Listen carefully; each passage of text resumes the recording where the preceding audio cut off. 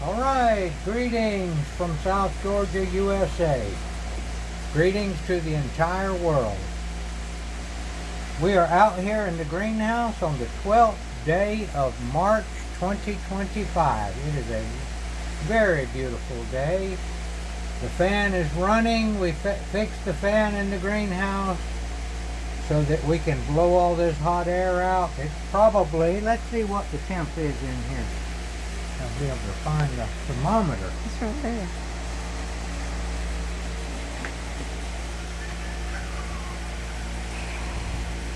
$89 in here. We can live with that. 89 degrees. And plants can live with it. We have been raising our ducks in here, getting them out of the house. And we found out, and we know that they really like greens as well as the corn and all that. This is what they call Napa cabbage. And we're growing it right over there in the greenhouse, way more than we can use. So we were cutting it up like this. I'll show you to start with. And of course, it falls off and you have to get it back up. And you end up with only a little bit before you have to put some more on there. But we've come up with a jig that gets the job done a lot better.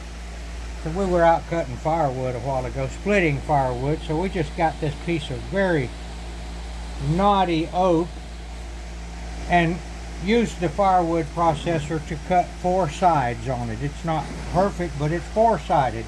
Then we got some little boards here.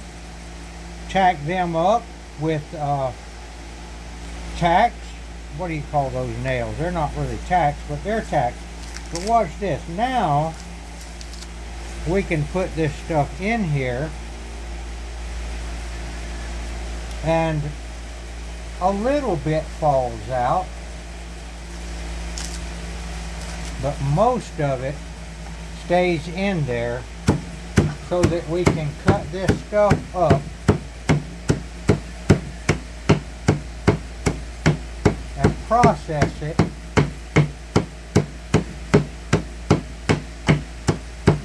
And then you can turn it this way. Now if I had made it with a bigger piece of firewood, it would even be more, none of it would fall out. Of course you can't put a piece here because your blade will hit it.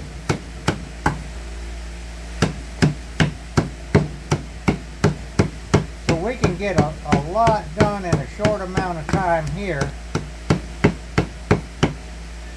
Pick up this little bit that falls out, throw it back on there. And those ducks have gotten to where they can handle this stuff pretty well. And they go for it. Ducks like grain, they like insects, they like all kinds of vegetable matter. They like the same kind of food we like, honestly. We're not big on insects, but I hear that's coming too.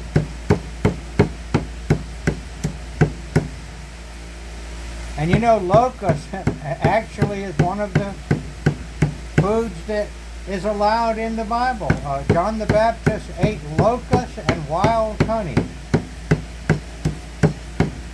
And locusts dried, of course, a dead locust that died. We see them sometimes around here.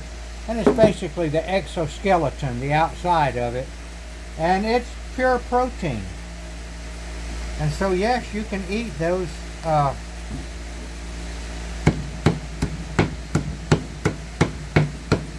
there's just no end of the ways that you can be innovative here. And now we got a nice little amount of the Napa Napa lettuce. I was getting that mixed up with collards. And there was some collards over here when we were planting our collards in the seed trays. Some of the seeds fell down here beside the bench and came up volunteer, and this collards have come up very nicely. I think I've got to try this. And collard This is a very mild green. I'm going to finish this because I don't want to start a job and not finish it. Another way that I've found to use the Japanese gardening saw, knife.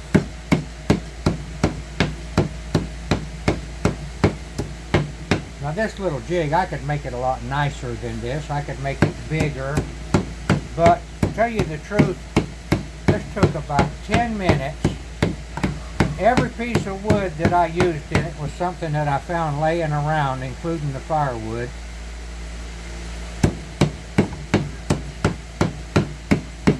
And this stuff here is chopped up small enough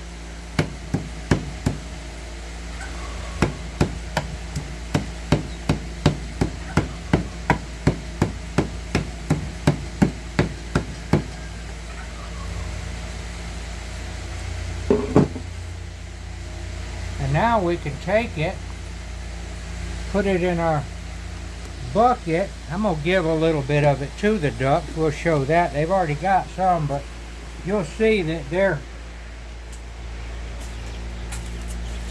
manure pile,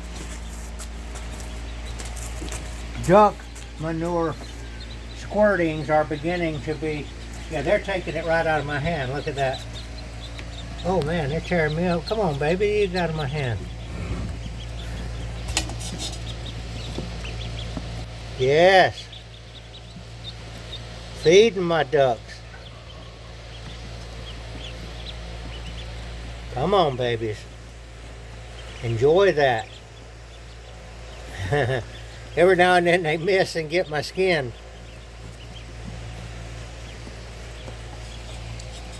All right. We'll put this up and show you, it's not a great invention or anything, but we're having fun raising these ducks and enjoying the duck eggs from the bigger ducks that we have. And enjoying the homesteading life. And many of you out there, I know that's what you're wanting to do. You want to get out of that mystery Babylon that you're living in right now. And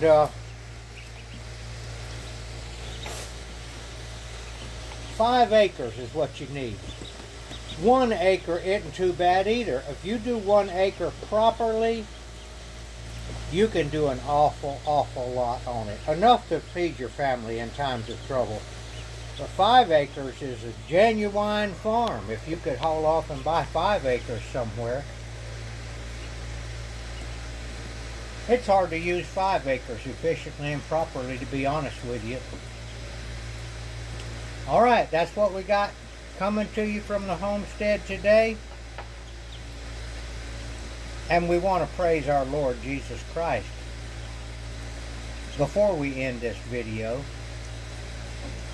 And I recommend that you get a homestead if you have a notion to, and you have 1 to 5 acres or more if you can get it. But I also recommend that if you have not laid your trust in Jesus Christ as of yet, that I think that you might be missing the meaning of life. You know, people say, what's the meaning of life?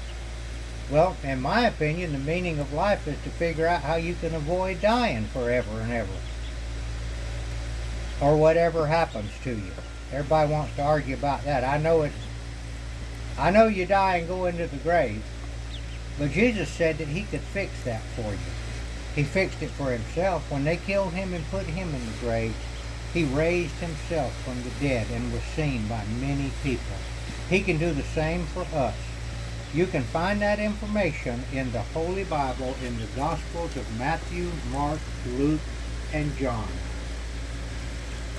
Spend some of your time, and I know you've got spare time, get you an audio Bible book of the New Testament, or even the Gospel of John if you want to, and stick that earplug in or whatever you use, and that Bluetooth and those newfangled gadgets, and while you're driving to work, listen to what Jesus had to say.